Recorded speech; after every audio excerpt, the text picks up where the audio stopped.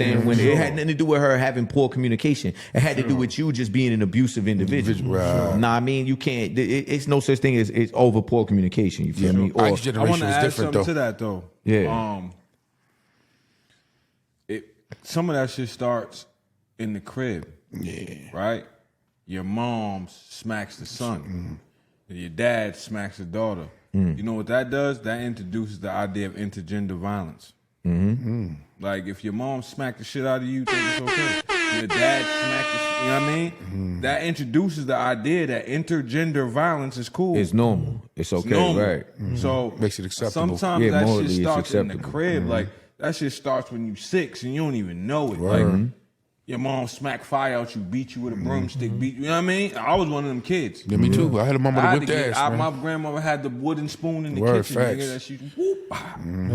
You know what I'm saying? So that shit introduces the idea that sometimes it starts way deeper. So, like you said, a lot of people that suffer from that and people that participate in that, a lot of them seen that shit since they was young. Yeah. Or even and the that shit's fact, passed down from their parents. Yeah. yeah, You know what I'm saying? even the fact that it's teaching you that when you're angry, this is how you're supposed to deal with your problems. Like this is how you're supposed to deal with your anger.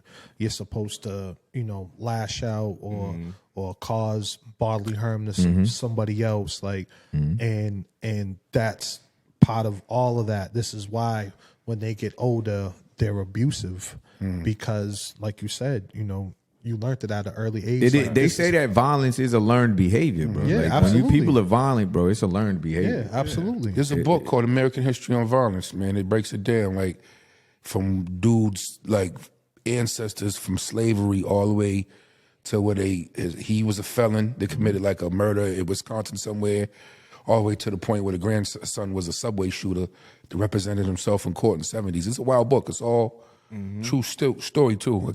I read this shit years ago. Trauma be passed on. Crazy. Yeah, trauma just be passed on, you know what I Crazy mean? that you said that. I read a book called it's called It Didn't Start With You, right? It talks about family trauma and how that shit get passed down. So it's a story about it tells mad stories, but there's one story that sticks out in my head.